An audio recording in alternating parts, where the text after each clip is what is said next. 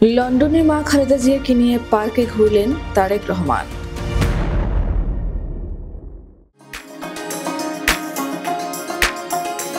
প্রায় ৮ বছর পর পরিবারের সদস্যদের সঙ্গে মুক্তভাবে লন্ডনে ঈদ করলেন বিএনপি চেয়ারপারসন বেগম খালেদা জিয়া। ঈদের দিন লন্ডন থেকে দেশে থাকা নেতাকর্মীদের সঙ্গে ভার্চুয়ালি মতবিনিময় করেছেন তিনি। এবার ছেলে তারেক রহমান মাকে নিয়ে লন্ডনে পার্কে ঘুরেছেন। সেই ভিডিও ইতোমধ্যে সামাজিক যোগাযোগ মাধ্যমে ভাইরাল হয়েছে। একটি ভিডিওতে দেখা যায় লন্ডনের একটি পার্কে মা বেগম খালেদা জিয়াকে নিয়ে হাঁটছেন বিএনপির ভারপ্রাপ্ত চেয়ারম্যান তারেক রহমান।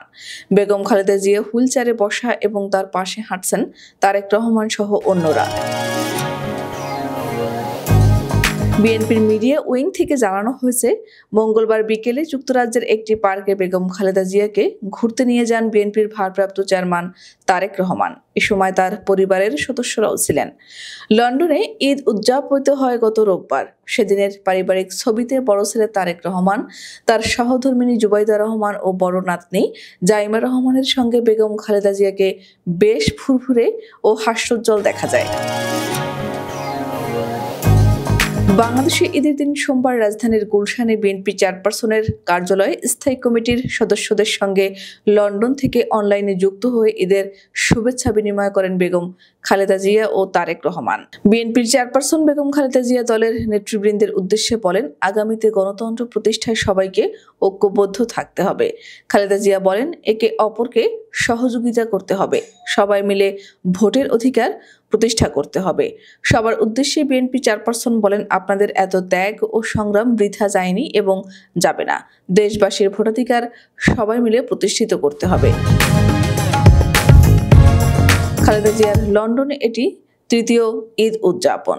এবার 10 বছরের মধ্যে প্রথমবারের মতো ছেলে তারেক রহমানের বাসায় ঈদ পালন করছেন। এর আগে 2017 সালে চিকিৎসার জন্য লন্ডনে গিয়ে ছেলের বাসায় ঈদুল আজহা উদযাপন করেছিলেন। এরও আগে 2015 সালে লন্ডনে ঈদের পর 25 সেপ্টেম্বর বিএনপি চেয়ারপারসন নেতাকর্মীদের সঙ্গে ঈদের শুভেচ্ছা বিনিময় করেন। ওই অনুষ্ঠানে মায়ের পাশে তারেক রহমান ও তার স্ত্রী ডাক্তার জুবাইদা রহমানও ছিলেন।